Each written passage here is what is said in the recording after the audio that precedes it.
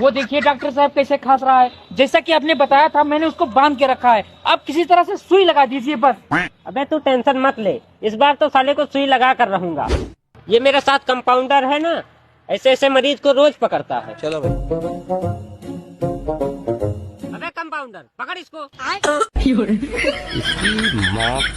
हट हट। अबे कंपाउंडर पकड़ इसको।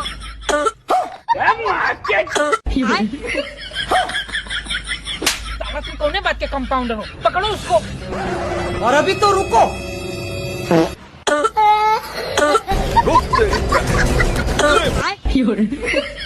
डॉक्टर साहब